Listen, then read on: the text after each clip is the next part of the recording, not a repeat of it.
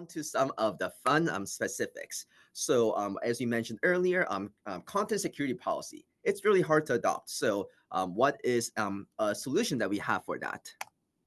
Um, so just to recap, why is content security policy hard?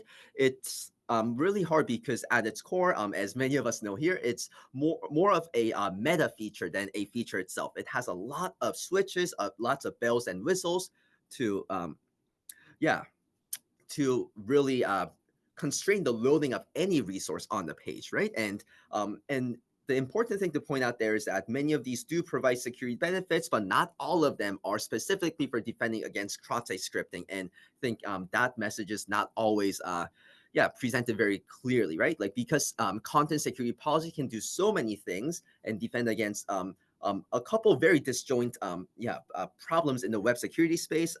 There is a little bit of confusion about what things we should be turning on in content security policy to defend against which classes of problems. So, in this space, how can developers get feedback on whether their content security policy follows the best practices? And I know as a group, especially with rules work recently, we've made so much progress on making sure that the actual existing documentation out there is very much in line with what we believe is effective at this point in our modern understanding of the problem. But to take that a step further, to bring this advice closer to where the developers are, we have built something called a CSP Evaluator, which is a tool that will give you instant feedback about what directives you have in your CSV that may be safer, that may be less safe.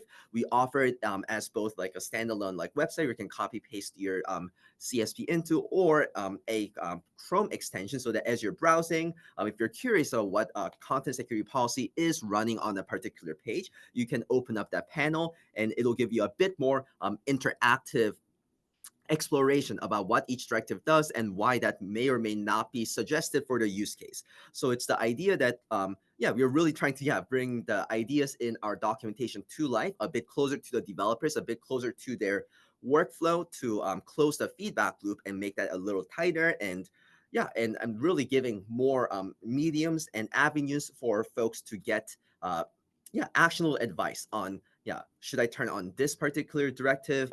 Is this really safe to include? Am I opening up too many resources from being loaded if I include this other directive, and so on and so forth? So really, to take a step back and talk about the big picture a bit, it's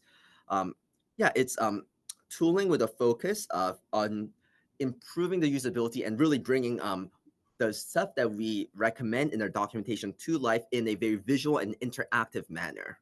So now I will pass it off to my colleague Kian to talk about a similar approach that we took for trusted types adoption.